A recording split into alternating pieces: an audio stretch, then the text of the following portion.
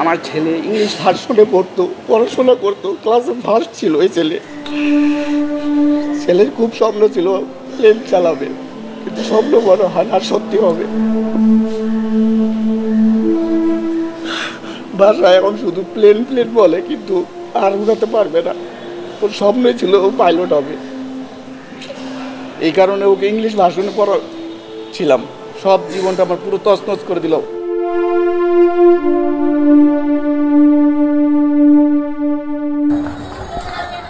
জুলাই বিপ্লবে গুলিতে মাকে হারিয়েছেন, একমাত্র সন্তানও গুরুতর আহত। ঘটনার বর্ণনা দিতে গিয়ে এভাবেই কান্নায় ভেঙে পড়েন মুস্তাফিজুর রহমান। এখন আমার সরকারের কাছে একটাই দাবি যে আমার মা তো মারা গেছে, ছেলেটার যাতে উন্নত চিকিৎসা হয়, ওর কোনো চিকিৎসাতে যাতে কোনো প্রকার অবহেলিত না হয়, এতটুকু আমার সরকারের কাছে দাবি। গুরুতর আহত হয়েছেন শিশু বাসিত খান মুসা। গত 19 জুলাই রাজধানীর রামপুরায় মেরাদিয়ায় নিজ বাসার নিচে দাদিকে নিয়ে আইসক্রিম কিনতে যান 7 বছর বয়সী এই শিশু। সেখানেই শিশুটির মাথায় গুলি লেগে দাদির শরীরে বিদ্ধ হয়। গুলিবিদ্ধ হয়ে মারা যান তার দাদি। সিঙ্গাপুরের চিকিৎসা শেষে মুসা প্রাণে বাঁচলেও শরীরে এক পাশ অবশ, বাকশক্তি হারিয়ে বন্ধ হয়েছে মুখের কথাও। রামপুরায় সংগঠিত মানবতাবিরোধী অপরাধের মামলায় সোমবার ট্রাইব্যুনালে সাক্ষ্য দেন শিশুটির বাবা মুস্তাফিজুর রহমান। এ সময় মায়ের হত্যা ও ছেলেকে আহত করার ঘটনায় জড়িতদের দৃষ্টান্তমূলক শাস্তি দাবি করেন তিনি। খাওয়া দাওয়া এনজি টিউব দিয়ে করছে, ও মুখে কিছু খেতে পারে না এবং ওর ডান সাইডটা আপাতত প্যারালাইজ আছে।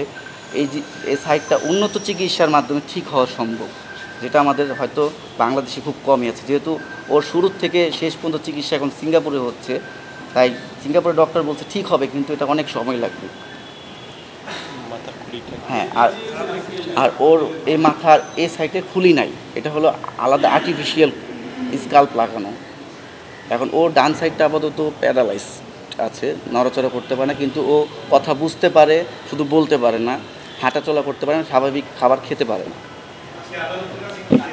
আদালতের কাছে যে যারা আমার মাকে হত্যা করেছে এবং আমার ছেলের এই অসুস্থতার জন্য যারা দায়ী, তাদের কঠোর একটি শাস্তি হোক, সেটাই আমি আদালতের কাছে চেয়েছি। মাত্র 30% টাকায় জমির মালিক হয়ে নতুন বাংলাদেশের গড়ে তোলার স্বপ্ন দেখা বাংলা বসতি। এদিন ট্রাইব্যুনালে হাজির করা হয়েছে রামপুরায় কার্নিশে এক ব্যক্তিকে গুলি করার ঘটনায় আটক পুলিশ সদস্য চঞ্চল চন্দ্র সরকারকে। এই যে 19 জুলাই এবং এর আশপাশে কয়েকটি দিন ঢাকা শহরে এই আন্দোলনে পুলিশ এবং তৎকালীন সরকারের বাহিনী কিভাবে নির্বিচারে নিরীহ নিরস্ত্র ছাত্র জনতার উপরে গুলি করেছিলেন। ওনারা কিন্তু তাদের নিজেদের বাড়ির মানে ঘরের গেটে ছিল, বাচ্চাটা আইসক্রিম খেতে চেয়েছিল বাবার কাছে, বাবা আইসক্রিম কেনার জন্য তাকে বাড়ির 6 তলা থেকে নিচতলায় নামিয়ে নিয়ে এসেছিলেন, কিন্তু ফেরত যাবেন কার সঙ্গে সেজন্য সাথে করে তার দাদিকেও নিয়ে এসেছিলেন। এই দাদি এবং এই বাচ্চা এই দুজনকে নিয়ে এসে যখন বাসার গেটে এসেছেন, ঠিক সেই মুহূর্তে একটা বুলেট এসে এই বাচ্চার মাথায় বিদ্ধ হয়ে পেছন থেকে বের হয়ে ওই বুলেটটি এই বাচ্চার দাদির পেটে লাগে এবং দাদি মারা যায়। ছেলেটি চিকিৎসা শেষে আল্লাহ তাকে বাঁচিয়ে রেখেছে, এজন্য আমরা দেখতে পাচ্ছি। হঠাৎই সামাজিক যোগাযোগ মাধ্যমে রাষ্ট্রনিযুক্ত আইনজীবী ও ট্রাইব্যুনালের বিচারকের একটি কথোপকথন ভাইরাল হয়েছে। ভাইরাল সেই ভিডিওর ব্যাখ্যায় ওই আইনজীবী বলেছেন, শেখ হাসিনার খালাসের বক্তব্যটি বিকৃত করেছে ইউটিউবাররা। লার্নেড কোর্টে যদি আমি বলি যে আমার আসামি খালাস পাবে না, সেটা কি সঠিক হবে? সেটাকে আমি বলতে পারি? এবং এটা যদি বলি তাহলে লার্নেড কোর্ট আমাকে যে নিয়োগ দিয়েছেন, তাহলে বিষয়টা সমস্ত দেশের মানুষ মনে করবে যে এটা একটি মানে এমন লয়ারকে দিলাম যে লয়ার বলতেছে আসামির ফাঁসি হবে বা সাজা হবে। সেই প্রসঙ্গে দু একটা কথা এবং সেখানে একটু মৃদু হাসাহাসি হয়েছে। সেইটাকে ব্যাডলি এমনভাবে উপস্থাপন করা হয়েছে যে আমরা কোর্ট এবং প্রসিকিউশন এবং আমি স্টেট ডিফেন্স আমরা নিজস্বভাবে আলাদা আলাদা বক্তব্যভাবে করে এরকম বাজে ভাবে উপস্থাপন করা হয়েছে, যেটা যারা করেছেন আমি জানি এটা সাংবাদিক আপনারা করেন নাই।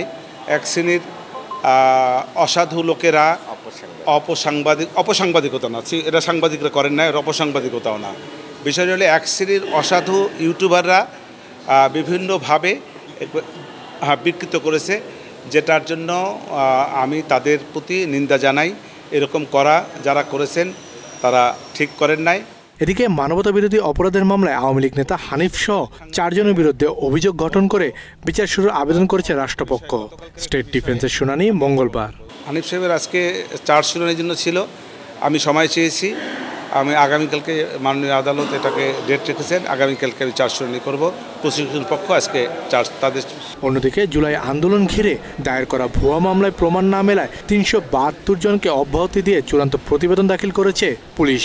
এদিন আপিল বিভাগে এমন প্রতিবেদন দিয়েছে রাষ্ট্রপক্ষ। এতে উল্লেখ করা হয়েছে এরই মধ্যে 109 জনকে অব্যাহতি দেওয়ার সুপারিশ করে আদালতে প্রতিবেদন পাঠিয়েছে পুলিশ। কাজী পাপ্পু, বাংলা এডিশন।